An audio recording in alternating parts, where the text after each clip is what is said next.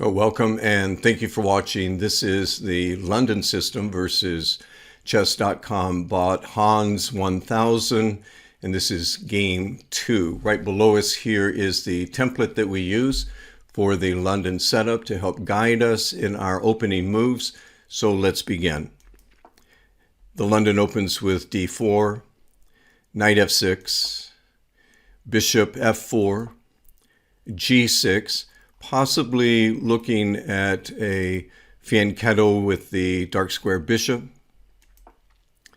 knight f3, d6, e3, the b knight to d7 will move our b knight to d2, rook to b8, a bit unusual, bishop d3, the rook goes back to a8, c3, and now h5. So having finished the London setup, we're now at that phase of trying to find some way in which to advance forward and looking at what are some of the possibilities that we have. Now, as always, I am always curious about trying to advance this knight at f3 to the e5 square. Obviously, that's not available right now, but as I looked at that, I did see that this g5 square is available, and the g5 square is not the target. The target is to be able to exert some influence over this very weak f7 pawn and f7 square right next to the king. And as I looked at that and then looked at my other pieces, I noticed this bishop at d3 could easily come to the c4 and have a influence down this light square diagonal, as well as the queen coming to b3 and following suit and doing likewise. So that is the route that I chose at this time. And when you're at this phase of the game and the opening is done and now you're considering moving on into the middle game, sometimes some moves are just probes. You make a good solid move, you wait for your opponent to counter, and then you look at what's availed to you and make another move. And there's no real set strategy at this point. I would say that concerning our level of where we're playing right now, which is the 1000 level, we're just trying to figure out what could work and what won't work, and then move forward into the middle game. So I chose to move the knight to g5, and Black responded by moving their knight back to g8, possibly with the thought of moving the f7 pawn forward to exert some influence and to threaten the knight there at g5. Seeing that, I made the move of the queen to b3. So now even if this pawn comes forward to f6, I can move the queen right here to f7 and the game is over. So we kind of negated the possibility of that move.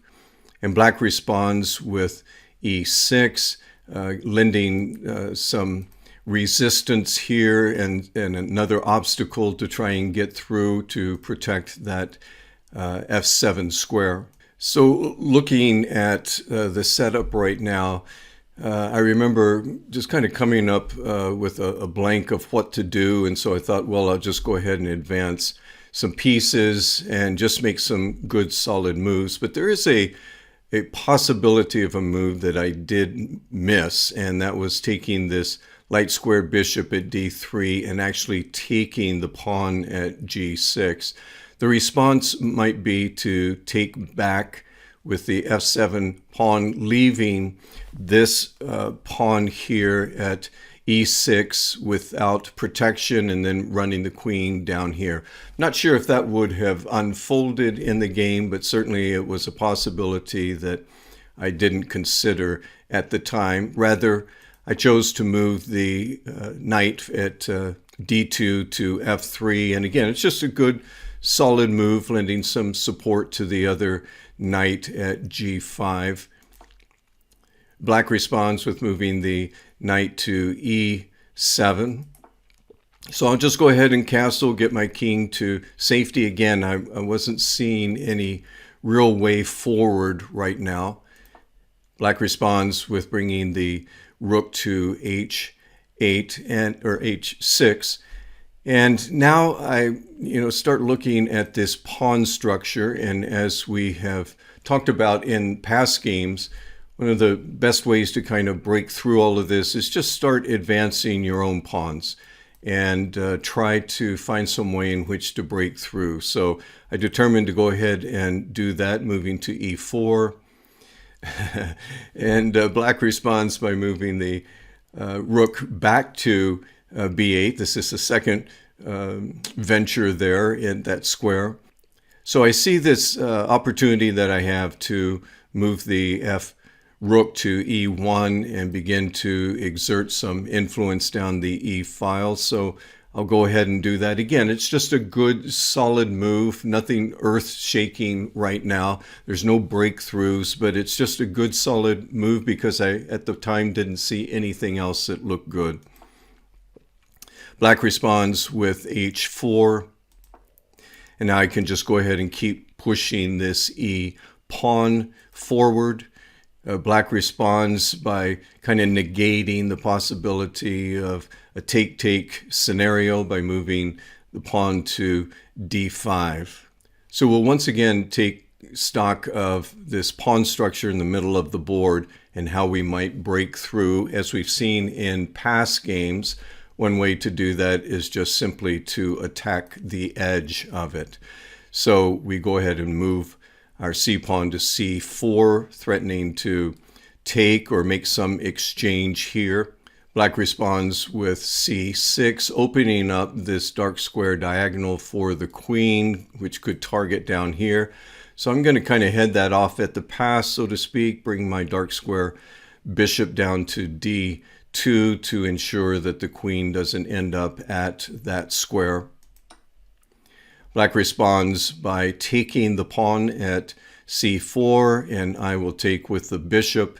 And now we have both the bishop and the queen lined up along this light square diagonal. And now we need to try and find some way to break through this structure here so that we can get to the king. So Black responds with rook to h5, not a threat to take when I have protection here from the knight at f3.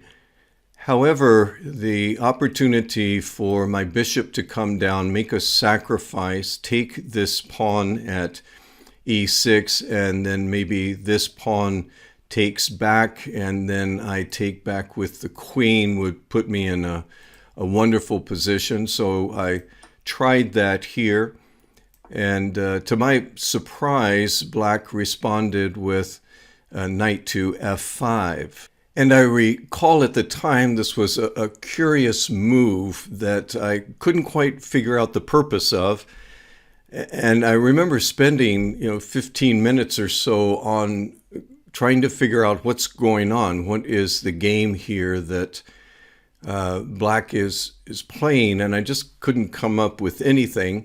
So I just decided, well, I just got to settle into my game plan and figure out what I need to do. And once I did that, it actually became fairly obvious what I needed to do. Maybe you've already seen it, but there is a two-move mate right before us here. So pause the video, see if you can find it. All right, so this is the sequence of moves. The bishop comes in, takes the f7 pawn. Of course, the king can't take back because the f7 square is protected by both the knight and the queen. And then all we have to do is bring the queen down, protected by the knight and the bishop as well. And that's the end of the game. I mean, it just happened that quickly. So once again, we've seen the value of a solid structure, solid opening, our opponent delaying their opening, and then just, again, trying to find some moves going forward during the middle game. And sometimes, again, you send out a probe and try and see how your opponent will respond. And then you just play the game as best as you can from there based upon your knowledge and experience. Of course, the more games that we play, the more experience we have, the easier it will be to see some of these setups ahead of time. So hope you enjoyed this video. Review this game, play your own games, review your own games, and grow in your understanding and knowledge of the London. And now we're going to continue to move forward with the Chess.com intermediate bots, and we'll see you in the next video. Thanks again for watching.